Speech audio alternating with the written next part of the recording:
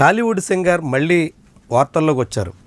మంగ్లీ తాజా లేఖ సంచలనంగా మారుతుంది, చర్చనీయాంశం అవుతోంది. ఇటీవల ఆమె హఠాత్తుగా వివాదంలో ఇరుక్కున్నారు. కేంద్ర మంత్రి కింజరాపు రామ్మోహన్ నాయుడుతో కలిసి శ్రీకాకుళంలో నిర్వహించిన ఉత్సవాల్లో ఆమె పాల్గొన్నారు. ఆ సమయంలోనే అరసవెల్లి దేవస్థానంలో ఆమె దర్శనం కోసం రామ్మోహన్ నాయుడు ప్రత్యేకంగా ప్రాధాన్యత ఇచ్చారు అంటూ తెలుగుదేశం శ్రేణులు విరుచుకుపడ్డాయి. దాని మీద సోషల్ మీడియాలో చాలా పెద్ద రచ్చ సాగింది. మంగ్లీ వైఎస్ఆర్సీపీ కార్యకర్తగా, వైఎస్ఆర్సీపీ కోసం పనిచేసినటువంటి నాయకురాలుగా తెలుగుదేశం పార్టీ శ్రేణులంతా ప్రస్తావించాయి.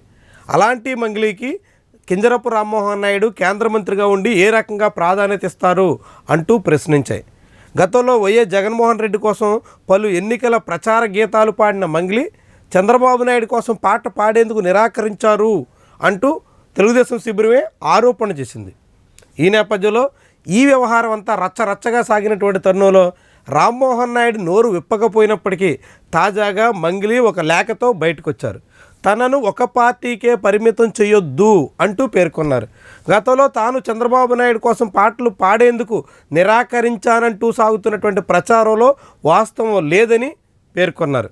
తనను ఒక పార్టీగానే చూడొద్దనంటూ తను ఒక కళామ తల్లి ముద్దుబిడ్డగా ఎవరి పాటలైనా పాడతామని, ఎవరి కోసమైనా ప్రచారం చేస్తామని, అప్పట్లో తనకు స్నేహితులుగా ఉన్నటువంటి ఇద్దరి కోసం మాత్రమే తాను ప్రచారం నిర్వహించానంటూ కూడా చెప్పుకొచ్చారు. అయితే ఈ లేఖ తర్వాత కూడా మంగ్లీ మీద మరింత దుమారం అయితే చెలరేగుతుంది.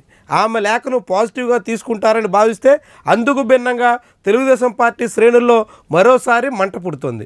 మరోసారి తమను రెచ్చగొట్టినటువంటి లేఖగా వాళ్ళంతా భావిస్తున్నారు. వాస్తవానికి మంగ్లీకి వైఎస్ఆర్సీపీకి ఉన్న అనుబంధం ఇప్పటిది కాదు. ఆమె దాదాపు గడిచిన 7 ఏళ్లుగా వైఎస్ఆర్సీపీకి అనుకూలంగా వ్యవహరించారు. ఎన్నికల ప్రచారంలో పాల్గొనడమే కాకుండా ఎన్నికల తర్వాత ఆమె వైఎస్ఆర్సీపీ ప్రభుత్వంలో అధికారం కూడా అనుభవించారు. టీటీడీలో ఆమెకు కీలకమైనటువంటి స్థానం కూడా దక్కింది. అలా తనకు అధికారం రాకముందు, అధికారం వచ్చిన తర్వాత కూడా వైఎస్ఆర్సీపీతో ఉన్న అనుబంధం దాచిపెట్టలేనిది. అయినప్పటికీ కూడా మంగ్లీ తనను ఒక పార్టీకే పరిమితం చేయొద్దంటూ ఇప్పుడు పేర్కొన్నటువంటి అంశం మీద తెలుగుదేశం పార్టీ శ్రేణులు తీవ్రంగా స్పందిస్తున్నాయి. ఆమె మీద దూకుడుగా వ్యవహరిస్తున్నాయి.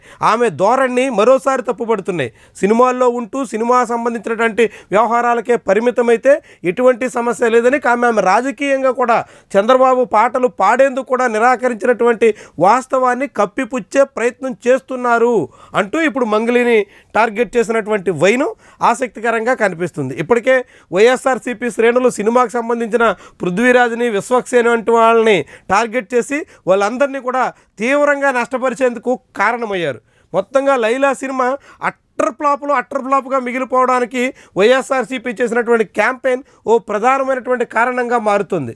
అలాంటి సమయంలో ఇప్పుడు తెలుగుదేశం శిబిరం మంగ్లీతో మొదలుపెట్టినటువంటి వైనం ఎక్కడి వరకు దారితీస్తుంది అన్నది ముఖ్యమైనటువంటి అంశం.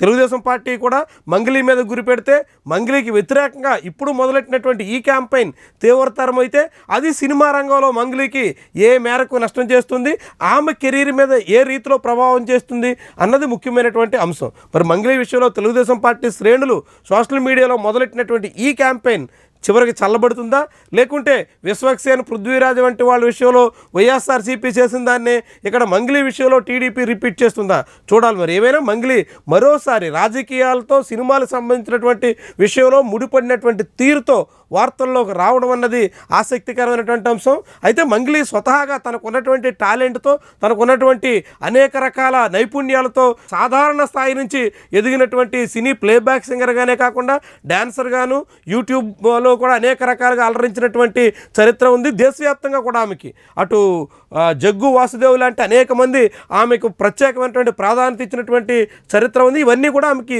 విస్తృతమైనటువంటి క్రేజ్ ఉన్నటువంటి తరుణంలో తెలుగుదేశం పార్టీ చేస్తున్నటువంటి క్యాంపెయిన్ ఆమెకు ఎంతవరకు నష్టం చేస్తుంది అన్నది ముఖ్యమైనటువంటి విషయం. అలాంటి పరిస్థితి దాపురిస్తుందా, అక్కడ దాకా వ్యవహారం మళ్ళుతుందా చూడాలి మరి ఏం జరుగుతుందో.